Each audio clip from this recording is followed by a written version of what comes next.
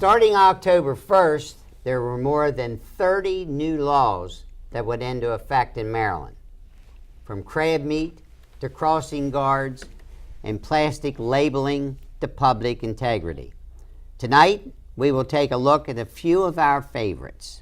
Jim, Maryland has now banned the use of antibiotics in poultry, swine, and cattle. What can you tell us about such a move? Yeah, so, I don't know that, in my mind, there's been a lot of press about the bad stuff that putting these antibiotics in these animals do.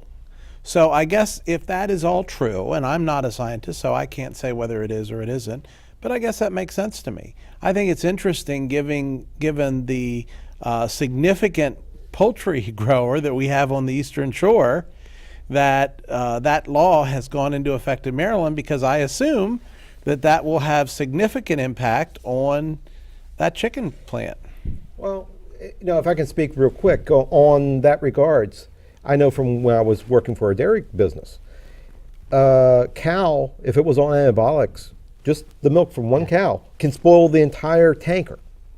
Okay, they can find the percentage, and it's very easy to detect. So people aren't using the antibiotics, but they pull the cow out of the herd. They still milk them, but they pull it out of the herd and don't mix it in. So I think it's good to treat an animal when it's sick, but don't have them live on antibiotics. You have to be humane to it. So how about now with the drug price gouging with manufacturers? We talked about that EpiPen. So now they say that the wholesale distributors are prohibited from price gouging. How's that going to work out? Well, every time the government tries to enter into the free market, what happens to the free market? It's not good. Look at gas prices in the 70s. I know they've been high here, years ago. Just in the not too distant past. But if you look at them by comparison, in the late 70s late 70s under the Carter administration and a little before, that was, in many people's opinions, due to the fact that we were trying to regulate the prices, and they were able to sell their gas elsewhere for higher prices. What did Gerald Ford do? He put out, what was it, win buttons? Gerald Ford became president when I was a wee little lad, so I can't really speak on that. A win button was whip inflation now. Okay. Since you brought it up. And I think with what they did over the years, look at where we are. We're pretty much self-sufficient on gasoline now in this country. We're a lot more so than we have Yes. been in the past. And I think, I noticed you drove up in a vehicle tonight. How much gas do you use a week? I don't believe I've consumed a gallon of gas in 4 years in the vehicle. Now, see. Now, I won't tell you how much coal I possibly have consumed by plugging it into the power grid. I noticed that the car's white, so I don't see any coal dust on it anywhere. So you've done pretty good. And by the way, if you need electrical support, we have one at Goodwill, so you can come into Goodwill and plug it in one day, and I'll have a cup of coffee with you. There we go. Okay. So thank you. Next we have, oh my gosh, the Public Integrity Act. How does that working out after this past week? Now, was this proposed by our local delegation? It was not. Okay. It was proposed in the state. Public integrity, the state's first ethics bill, passed in over a decade. Yep. More than 10 years. In over a decade. How's that going to work out? Let me focus in on here. Well, number one, can I say one thing here? Yes, you can. You can't legislate integrity.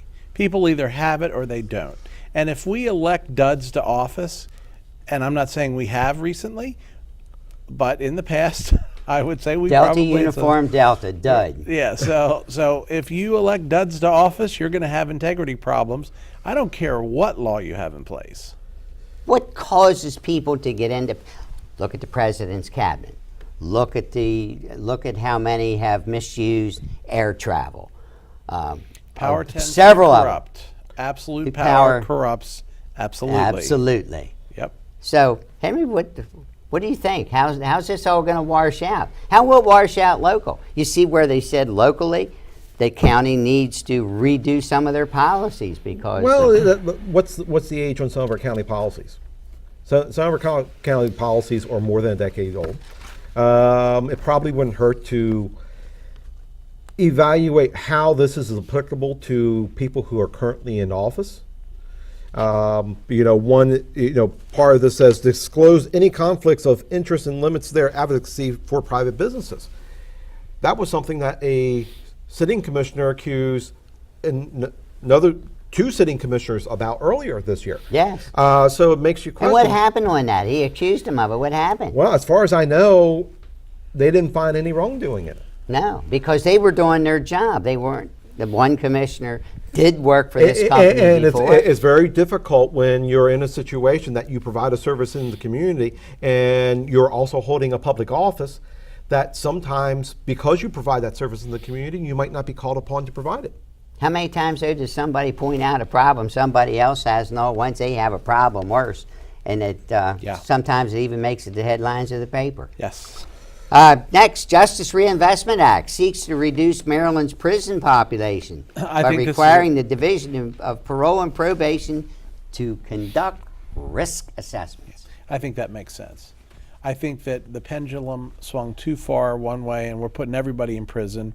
There's no such thing as a misdemeanor anymore. Everything's a felony, and we do that, I think, in some cases as a deterrent.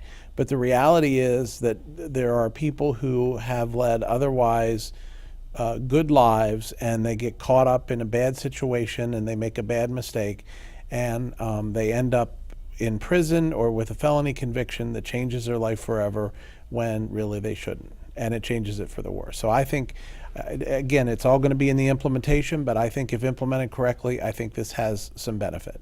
Henry, you think sometime maybe we ought to get on a program, some folks that are helping those ex-felons that come out of prison to tell what some of the programs are here in Washington County in the city of Hagerstown for expunging records and working with ex-felons to get employment?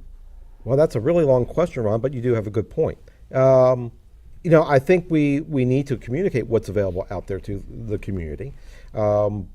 People who have been incarcerated, a lot of them, we don't see recidivism with them. Okay, they go on to lead a normal life, but here's a problem. They have this thing hanging around their neck. They do. Okay, not if the record's expunged. Not if the record's expunged. But there's that challenges. has been hard in the past. To what?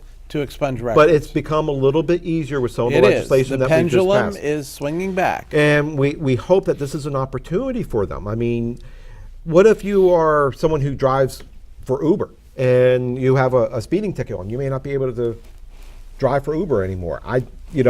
This is an opportunity here that I hope we explore a little better.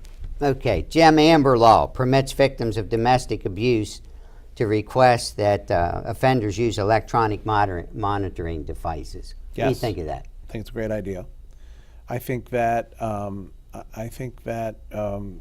it helps because, number one, as I understand it, the victim would actually get a notification if the abuser would come into that circle. So, before it was if you're the victim, the guy or person could be sitting outside your house, and if you didn't know it, you couldn't report it. Well, How many times you've been on vacation and your cell phone went off and told you Amber Alert, told you the person in the car and the license number? Right.